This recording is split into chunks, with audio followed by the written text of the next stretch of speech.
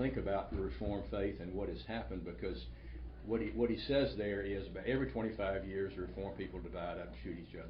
That's what it's got to be some issue, and it's been about 25 years since the theonomy controversy, and now it's faded into the sunset.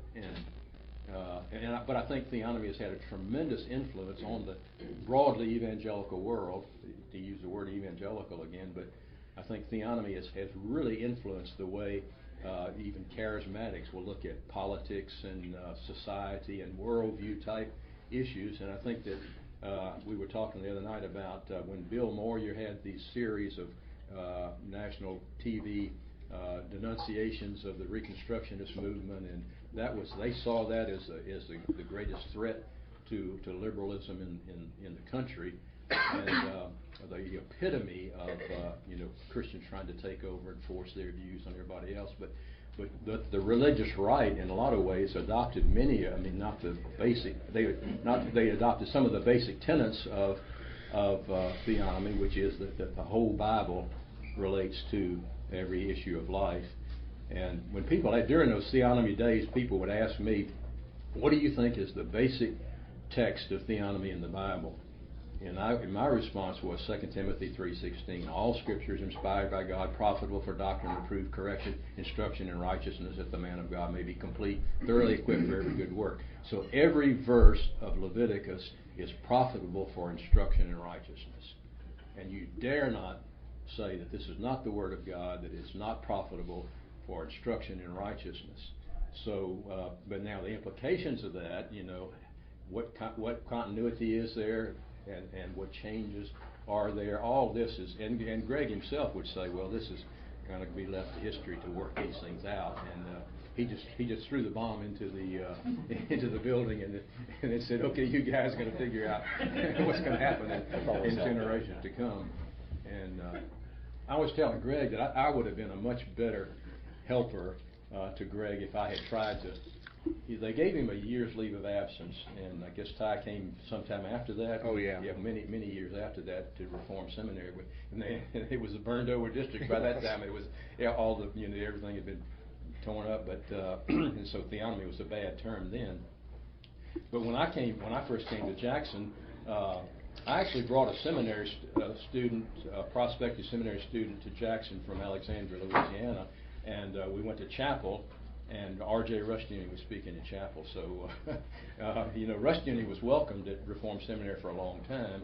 And then when they called Bahnsen, I first heard of Greg Bahnsen at the Pensacola Theological Institute. I was out on the beach, and one of the a friend of mine who was on the board, an attorney in Jackson, was on the board of Reformed Seminary. And I was complaining to him about the direction the seminary was going. And he said, well, you just wait. He said, this fall we got a guy coming to one of the leading theologians in the country from now on. He's a young guy, and his name is Greg Bahnsen. So, he saw that as being, that was going to really bring them back to a more, historical reform perspective and everything. But of course that didn't happen. Mm-hmm. And the first Sunday that Greg was there, I preached a sermon. I didn't realize I preached a sermon, and then he coming out, he said, "Hi, I'm Greg Bahnsen," and I said, "Wow, well, I'm glad I didn't know you were out there." It would have been. But when he was given a year's leave of absence from the seminary, and they told him, if you're a good boy for a year, we might consider letting you come back on the faculty. But he was not a good boy for the year, and I probably was, failed at that point to try to help him to be a good boy. But even if he had been a good boy, probably wouldn't have gotten back on the faculty. Some of the theological issues were there, but there was so much personal stuff. And I think that's true of almost every theological issue. I think that's true in the CREC. Before we start, dividing up and shooting each other, there got to be, let's say, there's got to be a decade of discussion of this, and there got to be several decades of discussion of some of these things before we start, fighting. And when we started the PCA, we said we were very conscious of the dangers of us dividing up continually after that. And you had, in the Southern Presbyterian Church, you had the Presbyterian Journal, which was the conservative paper, and you had the Presbyterian Outlook, which was the liberal journal, and of course in CRC, that was the conservative journal, was the Outlook. But in the Southern Presbyterian Church, but the Outlook was always saying, these men divide up, it'll be 10 years and they'll be divided again, 10 more years they'll be divided again, and they're just going to continually divide. So we were very conscious of that and tried the best we could not to divide up over the incidentals. But you had people, and I told my wife at that time, I said, we leave the Southern Presbyterian Church, every coop that's in the woods is going to come with us. And that's true. They all did. I mean, every coop in the woods came with it. Okay. So it sounds like definitions of ownership of who gets to decide what the Reformed faith is in the seminary for the most part. It's been, so it was Bahnsen, and then it was Norman Shepherd and other issues. But in the CRAC, it's not centered in the seminary. There isn't really the leadership is not. So what do you see how do you see the struggles in a CRAC? Do you see them different because of that lack of academic institution? Unanimity in the seminary. Because the definitions of who gets to say this is what the Reformed faith is within the PCA or OPC or Westminster West, RTS, but CRC. Yeah, you don't have that. Yeah. Right? Or some other. It's a fundamentally different way of what you see. So do you see? That's right. Do you see within CRC, a different framework based on that? Yeah, I think there is a very different framework, and I think in many ways the diversity of the CREC is good, but there's also the great dangers there, too, because we don't have that unanimity. And I would say if you don't have it in the presbyteries, where it should have been all along it should have been all along in the presbyteries rather than the seminaries.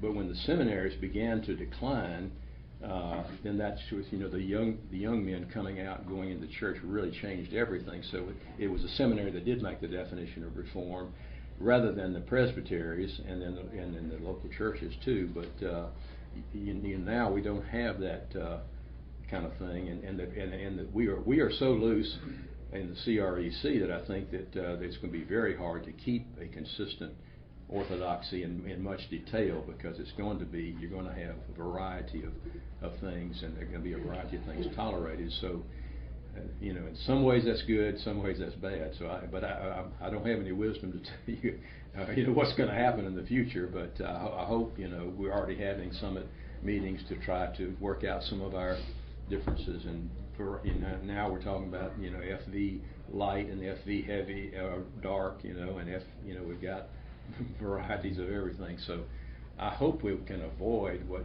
Andrew Sandler was talking about when he said we divide up every 25 years. Okay. I'm sorry. Can I just then clarify?